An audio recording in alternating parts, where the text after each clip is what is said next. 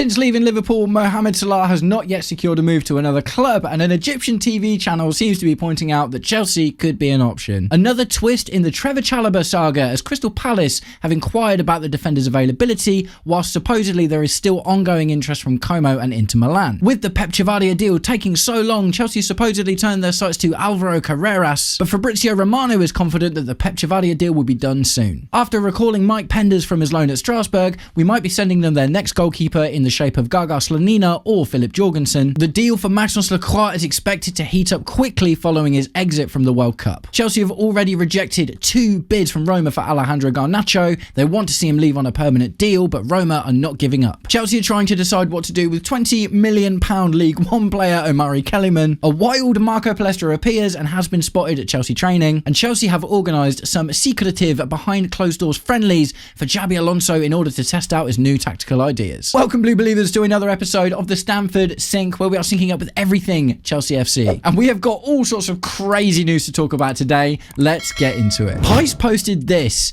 According to On Time Sport, a big Egyptian TV channel, there is nothing between Salah and Chelsea. But if Chelsea were to make an offer, Salah has told friends that he would be open to making a return, and Chelsea would be the only English team he would do that for. This is wild, man. Like, it's just, I mean, look, Egyptian TV channel, it's not exactly a massive source. I'm not talking about this because I think it's going to happen. It's just the wildness of the idea that I just wanted to take a moment to talk about, because I just think it's funny, right? Mo Salah, one of the Premier League's best ever players, arguably, right? But at this point, so it's interesting with Mo Salah, actually, because it seemed nailed on that when he agreed to leave Liverpool, he'd probably go to Saudi Arabia. Liverpool turned down a $100 million bid for him, was it, at the beginning of last season from a Saudi Arabian team. But what has come out is supposedly, since Mo Salah has become available, they're not so much up for paying his exorbitant wage demands, which you'd have to think is probably going to be something like $400,000-500,000 a week. Bearing in mind, isn't Cristiano Ronaldo on like $1 million, pounds, euros, whatever it is a week? And he's probably going to want that sort of money, isn't he, at the end of the day? That in itself is the reason that there is just genuinely zero chance of this happening. And the fact that it's even being reported on at all is wild to me. But I just thought it was interesting. And it made me want to pose a question. If Mohamed Salah was available on reasonable wage terms, which he won't be, would you, at his age right now, take him at Chelsea? Is it the kind of thing where it's like, does he play as striker? Does he play as right wing? Like, we've got loads of options for those kind of positions already. We are inundated with left-footed attacking players. But obviously, Mo Salah is one of the best Premier League goal scorers of all time. So it's just really interesting. And this isn't a news report as much as it is just me like, let's just play fantasy for a minute. If it was possible, let me know, would you want to see him back in the team? I do also find it interesting that Chelsea is the only English team that he would do that for. Like, really? That seems a little bit weird. It's not like we had this storied connection. We obviously, with the initial, we initially kind of spotted him when he was at Basel, played against us in the Champions League, scored a banging goal. Like, he was such a good player, even from a really, really young age. But Jose Mourinho just wasn't up for him. It was the same story with Kevin De Bruyne and, initially Romelu Lukaku, like all of these players that we kind of let go that went on to have pretty good careers in the grand scheme of things. Salah was one of the big stingers from that. Absolutely he was. And it still happens. Mark Gurhey, for instance, is the one at the moment that we're looking over at City being like, would have been nice to have him in the team. It's not like we had this storied history with Mo Salah where he barely made any appearances, he didn't score many goals, so I'm not sure what it is about. Maybe it's just living in London. Tottenham would probably do it, wouldn't they? Tottenham would be like, we'll pay you $500,000 a week, we'll pay anyone anything at the moment, come on over, we love a free transfer.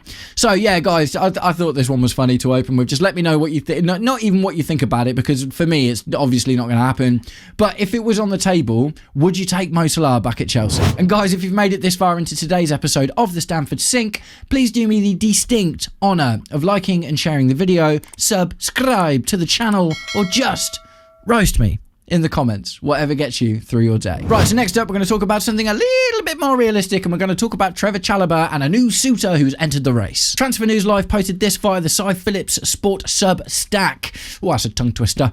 Crystal Palace have inquired about Trevoh Chalobah during talks with Chelsea this summer. The defender was discussed during conversations involving Adam Wharton and Maxence Lacroix.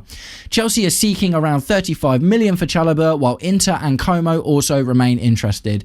So Trevoh Chalobah Chalobah keeps seeming nailed on, and then all of a sudden isn't. He seemed nailed on for Como, and then they backed out because they weren't willing to pay enough. Then all of a sudden Inter enter the race, and he's really interested in that. And then Inter and Como go into this conversation with each other, saying, "Oh well, Como basically said if all he wants is to go to Inter, then we'll drop out of the race." And now we're talking about Crystal Palace, which just seems to make the most sense out of all of them, really, doesn't it? Unless Trevoh Chalobah particularly wants to move to Italy and test himself in another country, which would be understandable. Como, obviously Champions League team, Inter, Champions League team, both doing really well. But Crystal Palace are no slouches as far as English football teams go either. So it makes sense from our perspective, right? Because you get to use it to offset half of the price for Maxence Lacroix, or potentially a third of the price for an Adam Wharton. Hopefully, I think we'll definitely get Maxence Lacroix one way or the other. Adam Wharton still feels like a bit of a dream, but it feels like, one thing I've spoken about a lot recently is the good relationship we have vis-a-vis transfers with Crystal Palace, and generally we do quite good business with them. Also, Trevoh Chalobah obviously played there already, and albeit different manager, but he knows the stadium, like some of the players are still the same and stuff. It does make sense to me from kind of a lot of different angles. Now, you can see why it wouldn't be Trevoh Chalobah's first choice. Go to Italy, beautiful weather, beautiful country, the sun and Champions League and, high-level football. A bit slower as well would suit his game really well because he's a really good passer, good technical footballer, not just, a kind of aggressive, run-at-you kind of defender or whatever. Trevoh Chalobah's qualities were displayed, with us for the last sort of season and a half that he was with us.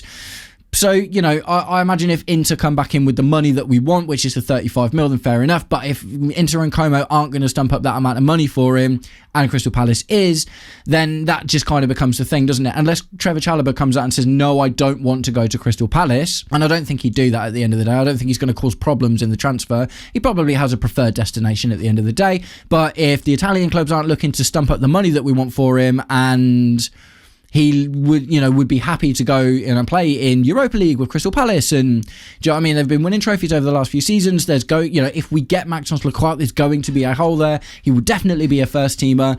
And he's not really old, he's 27, do you know what I mean? So if he plays well there for a season or two, there might be one big move for him left in his career. So guys, let me know, out of all of the options that are currently on the table, Crystal Palace, Inter Milan, Como, which one do you think he'll go to? Which one do you think suits our purposes the best? And for me, it just makes sense because I think if we can use him as a make weight to knock some of the money off of the other players that we're looking at buying from Crystal Palace, I think that's a good idea. Next up, we're going to talk about Alvaro Carreras and the left-back situation. So we're going to get onto a little bit about Chavarria in a minute, but as for right now, Transfer News Live posted this via Sport, which is Diarios, I think it is. I'm struggling with my Spanish pronunciations at the moment. Chelsea have made an approach for Real Madrid left-back Alvaro Carreras. The Blues have tested the waters with an initial €25 million bid for the Spaniard. Real Madrid value Carreras at around €50 million, though Chelsea are prepared to push ahead with the deal. So, Carreras makes sense in a lot of ways because he played well under Xabi Alonso. He's still a young player with lots of room for development, and he does look like a decent player, but supposedly Alonso specifically has targeted Pep Chavarria as the player that he would like. So obviously the Pep Chavarria deal, there seems to have been some stones thrown in it at the moment. In yesterday's video I talked about it looks like Rayo Vallecano are, kind of moving the goalposts metaphorically in terms of the money. They kind of encouraged us to say 12 million would probably be enough, and then they're like, actually we want 20 million, and it's a little bit like, oh, we're not necessarily looking to overpay. Carreras would definitely represent a better investment because he's a young player, got a lot of potential, and there's the potential sell-on value in the future.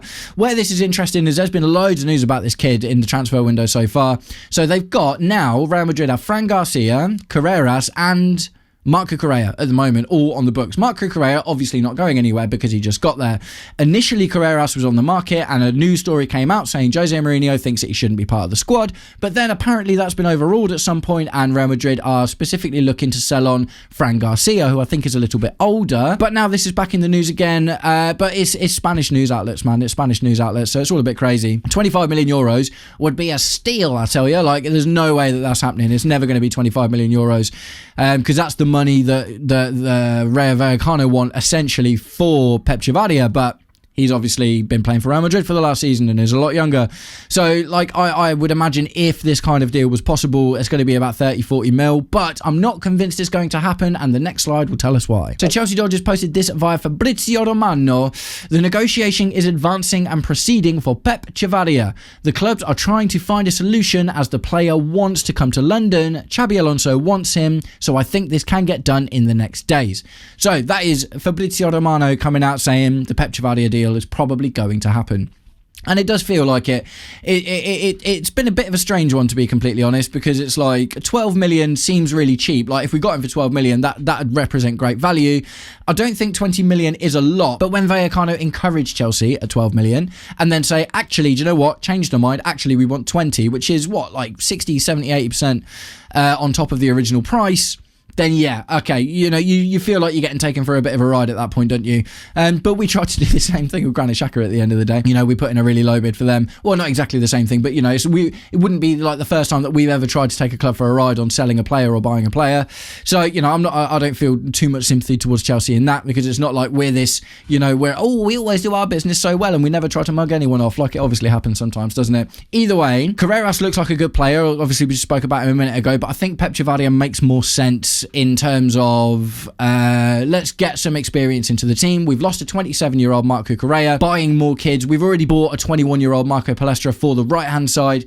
The option is there for Valentin Barco, potentially Giovanni Kenda, maybe even Yoro Hato, like I doubt it, but we've got other options on that side as well, and they're all quite young, very young. Giovanni Kenda is 18 years old and Valentin Barco is 21. So instead of getting more youth to fill that spot, why don't we get someone a little bit older and add some experience into that side? So I like the look of Pep Chavarria. He hasn't got absolutely mind-blowing stats, but I wouldn't necessarily expect him to come in and be the first teamer either. I have a feeling that he's going to come in and be a backup, be a rotation, and just be a guy that comes in to settle things down, right? To settle things down. Either way, I think we need some more experience in the squad. So guys, with the Carreras news now in tow as well, would you rather we just push ahead for what could end up, if we pay 15 million or something for Pep Chavarria, that will represent good value. If we were to go in for a Carreras, it feels a lot more likely that that's going to be 30-40 mil kind of thing. Do you just think we go in and smash the extra money for Carreras, or do you think we put the faith in some of the players that we've already got, potentially the likes of Kenda and Valentin Barco, and get Pep Chavarria as a supplementary backup? Right, next up, we're going to talk about goalkeepers. So we have ripped away, he was asked to begin with, but Mike Penders has obviously rejoined Chelsea after his Strasbourg loan, and what you would have to say was a very successful loan for him. He went from being a relative unknown with lots of potential. They finished 8th place, which is really good, bearing in mind, like us, they also changed managers in the middle of the season. His passing range is absolutely fantastic. He's only 20 years old, so the only way is up for him. Questions probably remain about whether he's ready for the Premier League and the Chelsea first team at the moment, but either way, he's gone, and Strasbourg find themselves without a keeper. So, Chelsea Dodgers posted this. Gabriel Slonina is training with Strasbourg. Move not guaranteed, but being explored. So in another tweet, I saw about this from Nazar Kinsella. He is on a trial at the moment. So they are basically testing him out in their pre-season training at the moment. They're having a little look at him and seeing if he's a player that they'd be interested in. He was bought with a lot of hype 2 or 3 years ago. He's just really failed to kick on and not been good enough to get into the Chelsea first team. So we've known for a little while that Gabriel Slonina potentially is going to be on his way out, because he's, like I say, nowhere near the first team, and we're not looking to really make any money on him, so maybe Strasbourg would be the right way to go. The other interesting thing about the Strasbourg goalkeeper situation is another thing that Chelsea Dodgers posted via Nazar Kinsella pertaining to Philip Jorgensen. Philip Jorgensen is another option for Strasbourg. However, he is understood to be less enthusiastic about the move than Gabriel Slonina at this early stage. Going back to Mike Penders going to Strasbourg in the first place, at that time Strasbourg had the choice of Mike Penders or Philip Jorgensen, and they went for Mike Penders. Mike Penders obviously went there to do really well. Philip Jorgensen is probably not loving the idea of it, because it means that he's still tersely connected to Chelsea, and after being here and barely playing and having lots of bad, you got to think, after the, don't get me wrong, he was at fault for this, but after getting pumped 8-2, was it, over the case of two legs against PSG, him kind of walking down the tunnel without kind of responding to the fans or anything. You know, maybe there's a bit of a disconnect there. Maybe some of the fans in the stadium at the time said some nasty things to him. I wouldn't be very surprised. But either way, this kind of says to me at the moment that Strasbourg for Philip Jorgensen would be a good option. If you just think about his career at the moment, play a full season as the first team goalkeeper at Strasbourg, or spend another season at Chelsea on the bench not playing at all, because we're going to have Mike Penders, who's probably going to be over him because he actually played a full season last season, and we still got Robert Sanchez, who has been the de facto number one for the last few seasons at Chelsea. So Philip Jorgensen's options, if no one else comes in for him, is Strasbourg or the bench. No, not even the bench. Literally not even the bench, like the bomb squad, essentially. We're looking at a bomb squad goalkeeper here. So, you know, if that's the choice, I'm sure he'd take the Strasbourg option. It's probably why Slonina is being trialled over there at the moment. Philip Jorgensen, we bought for 20 mil. Been on the books for a couple of years, so we could sell him for 10, 15 mil, something like that, to break even or make a small profit. I have the feeling, the distinct feeling, because he's been wanting to leave since last January, when he was basically getting no game time and he was worried about not, you know, I don't think Denmark even eventually ended up getting in, but he was worried about not being able to play with Denmark in the World Cup, but he wasn't getting any opportunities. So he's been itchy to get out of Chelsea for a long time now. This isn't like news, like just since the end of the season. He's been wanting out for a little while. So it makes sense to me that Philip Jorgensen would probably rather look for another move somewhere else, rather than just staying in the Blueco family and going over to Strasbourg, because even if he plays there, no guarantee that he comes back and gets into the first team here, or maybe he sees himself as a higher level goalkeeper than that. I don't even really know. But guys, let me know what you think about it. Personally, what I'm hoping happens is Slonina gets the Strasbourg job and we sell Philip Jorgensen on. I think there's too much water under the bridge with Jorgensen personally, you know, with everything that went on with the PSG games and that in particular. Let me know what you think in the comments. Right, the World Cup. France are out, and that means Maxence Lacroix potentially available to have some conversations. Chelsea Dodgers posted this via Kieran Gill from the Daily Mail. On Maxence Lacroix could be one which ramps up now that his World Cup is effectively finished. Not effectively, it is finished. It's done, it's over. Well, no, okay, no, actually I'll say that. There is the bronze match, isn't there? I always forget about the bronze match. What an absolute waste of time. Barring the third place playoff, yeah, okay, I should just read, Matt. Just carry on reading sometimes. He's also not the only centre-back considered by Chelsea. So, Maxence Lacroix is, because it's the third place trophy, maybe he's actually got more of a chance of starting that game, because if you're, you know, for instance, a Kylian Mbappe or Michael Olise or, you know, Bradley Barcola or someone like that, and you're now thinking, right, I want to start resting and train or get ready for preseason or whatever, this kind of game probably is the one you'd be like, I'm going to dip out of this one because it's not really important, there's nothing on the line, and the World Cup is effectively over, as Kieran Gill very rightly stated, and I just completely talked over. So maybe Maxence Lacroix does actually play in that game, but at the end of the day, even if he plays the game, his mind is probably a little bit more ready to talk about the move now, isn't it? Because there's no like, right, I need to keep this mentality. Like, no one cares about the third place trophy. If they play us or Argentina, like, no one's ever going to remember, are they? Like, you don't think about the 2026 World Cup, the bronze winner, Maxence Lacroix. Like, no one cares, do they? No one cares. So hopefully this does mean that the conversation can start advancing with input from Maxence Lacroix himself. And if he wants to make the move to Chelsea, maybe he can have that conversation with Crystal Palace, and that can help them agree on price and how it happens and this, that and the other. Either way, like, this one feels nailed on for me. We've been talking about it quietly for a long time. The talks and negotiations have been ongoing for a while, and there's been no sign of frustration from Crystal Palace or Chelsea. There's no like, oh, we're trying to underpay, or Crystal Palace are asking too much, or there's nothing like that at all, like we are seeing with the Pep Chavarria deal, for instance. Vis-a-vis Maxence Lacroix, it all seems to be going swimmingly in the grand scheme of things. It's just taking a long time, right? And hopefully, with his World Cup effectively being over, maybe we'll see the end of that soon, and I hope to see Maxence Lacroix in a Chelsea shirt before long. Alejandro Garnacho, posted this via Fabrizio Romano on the Here We Go podcast. Roma continue their push for Garnacho despite having 2 bids rejected.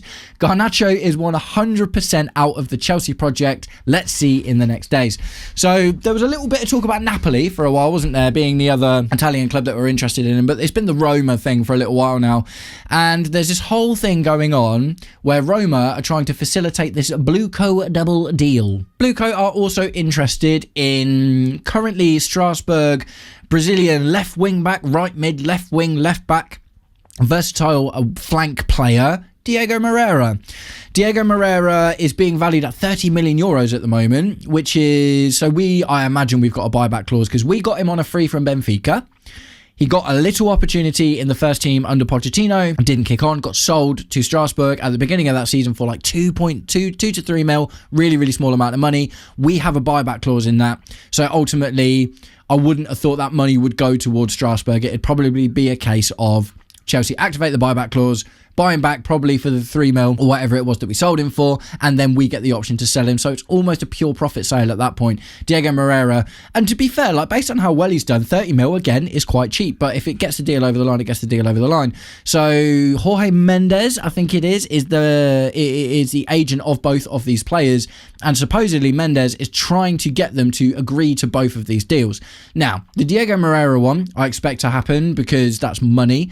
Buyback clause or sell-on clause absolutely has to go in there because I think he's got a lot of potential to be a really good player. The Alejandro Garnacho situation is a little bit different because the offers being made from Roma are loans with obligations to buy. Now, that sounds like an okay deal at the end of the day, doesn't it? Because, if they buy him at the end of the season, then, we still sell him eventually, still out of the Chelsea project, and we don't have to worry about him later down the line. We thought the same thing with Nicolas Jackson to Bayern Munich initially, but obviously we got bent over in terms of the contract terms, right? It was 42 games. Nicolas Jackson had to appear in 42 games across the season for Bayern Munich to trigger the obligation to buy. He didn't get anywhere near that. I don't think he hit 30, actually. I think it was close, but I have the feeling it was the high 20s. I'd need to look that up. So Roma, probably, the fact that they've had 2 of these loan bids rejected, their terms are probably not very agreeable. We haven't seen what they are yet. But if their terms that put them in the power of deciding, like basically if we're going to loan Garnacho to Roma, it will only be because it is almost nailed on that he will match that obligation, and then we will eventually get him off the books, because Chelsea are generally, there's a few other tweets surrounding this one that are saying Chelsea are convinced that there will be other suitors for Garnacho, and they must be confident in that because they've come out very, very openly. Xabi Alonso talked about it in his press conference, when he was asked about it and stuff, like Garnacho is out, like he's gone, he's never going to play for Chelsea again. He didn't go on international duty and is not training with the team. They don't foresee a bomb squad situation being an issue. I imagine if a loan without an obligation to happens for Alejandro Garnacho, it will probably be because we got to the end of the window and no one wanted to buy him. But we're not asking for huge amounts of money either. At the end of the day, everyone's going to want to try and stiff us because of the situation, but not actually because of the player's worth. We got Garnacho for a fairly cheap deal for a 21-year-old as he was at the time for 35 mil with add-ons, which he won't have met. So we're only paying like 35 mil for Garnacho at this point. For the potential that was there and for the potential that he showed at Man United and for the brief glimpses of potential that he's shown at Chelsea, that's still a good deal when you consider that we spent 60, 70 mil on Mykhailo Mudryk, for instance. Garnacho will probably go on to be a better player than the likes of Mykhailo Mudryk, I reckon. So I think it's a good idea for Chelsea to not just, loan him out to the first team that essentially comes in for him. It would be much better to get him off the books permanently, and it looks like we're holding out for the offer. That means that we'll never have to see him in Chelsea blue again, or it doesn't become our problem later down the line if he comes back and we have an Axel Disasi situation or a Raheem Sterling situation where we just couldn't get him off the books. So hopefully that happens soon. Like I say, for some reason or another, Jorge Mendes is pushing Bluco to accept this deal, but the Diego Moreira one I think will probably happen. The Alejandro Garnacho one looks a little bit trickier based on the fact that we've already rejected 2 bids. And speaking of problem players, let's talk about Omari Kellyman. Chelsea Dodgers posted this via Bobby Vincent. Chelsea are weighing up whether to loan Omari Kellyman abroad, which is the player's preference. Joe Shields is involved in decision making. Championship move is still a serious option for Kellyman. So my understanding is that Omari Kellyman, who we bought for £20 million, I think he's like 2021 now, he spent last season on loan at Cardiff in League One, got them promoted to the Championship. So he's evolved from a League One 20 million player into a Championship 20 million player, which I guess is a little bit more palatable. But at the same time, if we want to raise this guy's value quickly, getting him abroad is probably the way to do it, isn't it? Unless he is in a team in the Championship that gets like we've seen this before with Omari Hutchinson.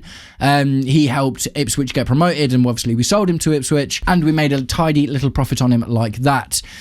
If he goes into the Championship and doesn't get promoted, then we're still stuck with the 20 million Championship player. But if he gets promoted into the Premier League, then maybe more suitors come in for him. But Sending him abroad probably is the better option. Like if he can go to, you know, Spain or Italy or France or something like that, not a Strasbourg loan. I wouldn't want to see Omari Kellyman go to Strasbourg. I feel like that's actually quite a good breeding ground for players that we're interested in developing. Omari Kellyman at the moment feels like a bit of a waste of money and feels like a bit of a flop. So if we can get him on a dry loan somewhere, or even with an obligation to buy, that would be interesting as well. He's like an attacking midfielder that hasn't torn tree. I mean, he did he did well at League One at Cardiff. Do you know what I mean? So yeah, for me, I think sending him abroad probably the best option. Let me know what you think in the comments. Little one here, but a wild Marco Palestra has appeared. So some guys across social media, some of you in my comment section as well, but largely on Twitter, had been airing some sort of concerns that we hadn't seen Marco Palestra training for Chelsea yet. So this isn't really news. There's not really much to talk about, but look, there he is in this little, that's a cool picture actually. I like how they've managed to frame that one. It looks really good. But Marco Palestra is now starting to train with the Chelsea first team, which is interesting.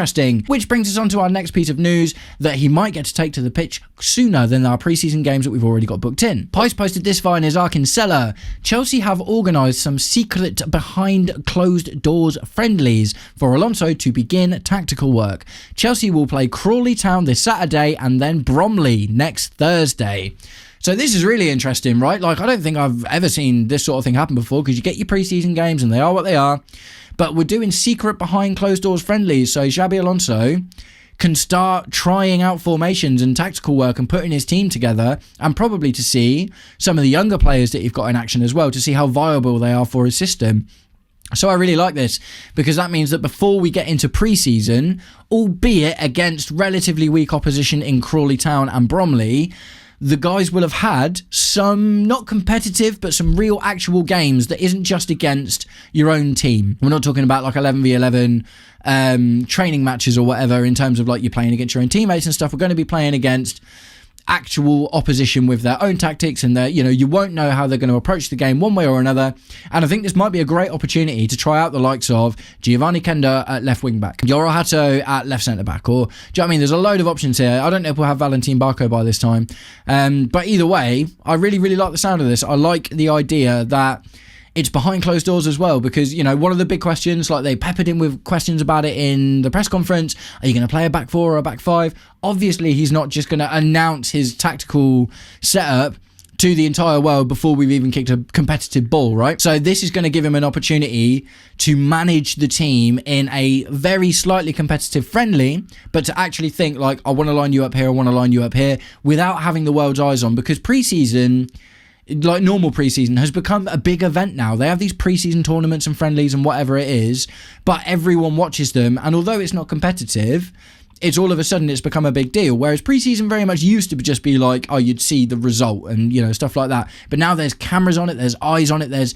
not pressure in terms of being competitive, but there's still opportunities there to, you know, that's the first time that we're going to see, for instance, the formation, and we're going to start asking questions and be like, oh, look, you've put Esteval Willian here. What does that mean for the future? And stuff like that. So I love the idea that Xabi Alonso has been part of organising these behind closed door friendlies in order to try and get his tactical ideas in a more realistic situation, like an actual game situation, before we even take on pre-season. And that will hopefully help him figure out who he wants to keep around, who he's looking to be in his first team. So guys, that is it for today. We're going to start wrapping the video up, but I want to know what you think about everything that we've talked about. The crazy opening gambit of Mo Salah being not interested in a return to Chelsea, but apparently we're the only team that he'd returned to England for. Let me know what you think about that. The Trevoh Chalobah saga goes on, with Inter Milan and Como still interested, but Crystal Palace entering the race. Alvaro Carreras, the Spanish left-back from Real Madrid, is he an option, or is this just a smokescreen for the fact that Pep Chavarria is actually about to come through the door?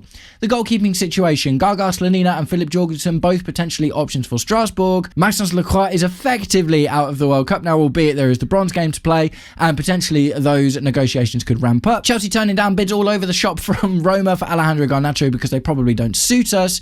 Omari Kellyman, is it going to be a abroad loan or a championship move? I hope it's an abroad loan personally. A wild Marco Palestra appeared, he's training with the team, and Chelsea are going to play 2 behind closed doors friendlies against Crawley Town and Bromley next week, so the gaffer can start implementing his tactical work in practice. Nice one, guys. I hope you all have an absolutely wicked day, and I'll catch up with you very, very soon. Take it easy.